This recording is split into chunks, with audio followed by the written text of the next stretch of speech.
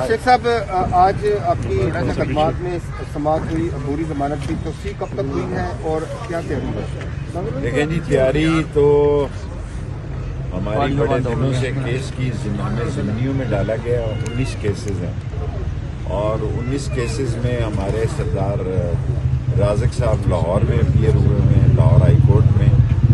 हमने जनाब अकरम साहब से, काबिल एहतराम जज साहब से दरख्वास्त की और उन्होंने एजाज आसफ साहब से खसूसी दरख्वास्त की है और उन्होंने हमें 15 तारीख 3 दिन दे दिए और अब ये समाज जो है मंडे के दिन सुबह 9 बजे।